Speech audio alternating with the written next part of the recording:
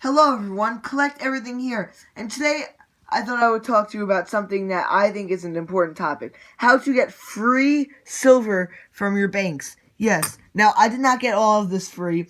Some of it I did, some of it I bought. Obviously I didn't get like the Morgan dollars or anything, but I'm going to tell you how to get free silver from your bank. You could do it tomorrow if you wanted to. So, first thing, you don't always get silver when you go to your bank. Sometimes you get nothing. Well, most of the times you get nothing. Sometimes you get one or two. And sometimes you get 5 or more. 5 or more for me is considered lucky. Sometimes the banks don't even have any half dollars. So you're not always going to get half dollars from the bank. Now you find silver in rolls of quarters and dimes. However, you're very unlikely to, and I hardly ever find silver in quarters or dimes. So always get half dollars.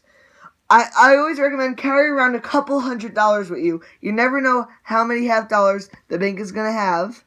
Now, you can always order $500 boxes, but what I find, and I always say to people, is that the smaller the quantities, the more silver you'll find. Because if you get large quantities, think about it. If it's just someone cashing in their coins who's not a coin collector, why would they have $1,000 in half dollars? The smaller quantities means that they're less likely to have been looked through. Now, I know this is going to be kind of weird, but when you go to the bank, if you just say, "Hi, do you have half dollars?" They are going to think, this sounds stupid, but this is true. They are going to think you are talking to them specifically, the one person, the one teller who you're talking to. If you say, and this is word for me, "Do you guys have any half dollars?" the teller is more likely to ask the other tellers around him or her if they have half dollars rather than just looking at her tray. So that's another way to get free silver.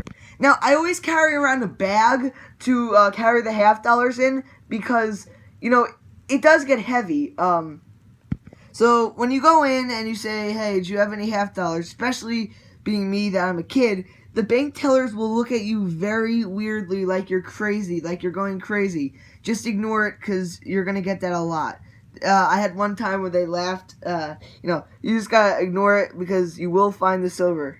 Remember that any second, someone can come to the bank and cash in half dollars. Sometimes they can have a score. So anytime you're at a bank, whether it's going to the ATM or depositing a check, ask if they have half dollars.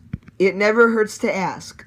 So, well, you're all wondering, what years are the silver? So, 90% silver, which means the coins are made of 90% silver, are 1964 and before. Now, there are other silvers that are only made of 40% silver. Those are from 1965 to 1970. 1970 was only in like a special mint set or proof sets, so you're not really going to find that. But you don't have to read all the dates. If you're just starting out, dump the coins out, read all the dates. But what you could do is all you have to do is look at the edge of the coins. Now you may be thinking, why? Because silver coins have white edges, and non-silver coins, which are called clad, which is a copper nickel, have more of a copper edge. And I'm going to show you how that looks right now. So here's just my 1964 90% Kennedy. Took it from this stack right here.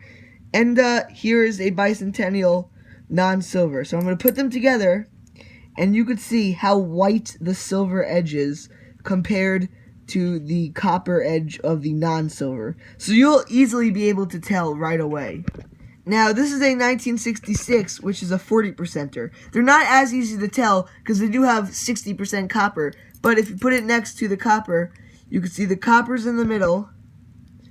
The 40% is on, let me get the focus. The 40%er is on the right, and the 90%er is on the left. So now you know what silver coins look like. So you just pour out the roll, and if you don't see any of these two colors, then you could simply put them back. Now, there's also the sound test. So I'm going to take my 1964 Kennedy, which is silver, and my bicentennial, which is not silver.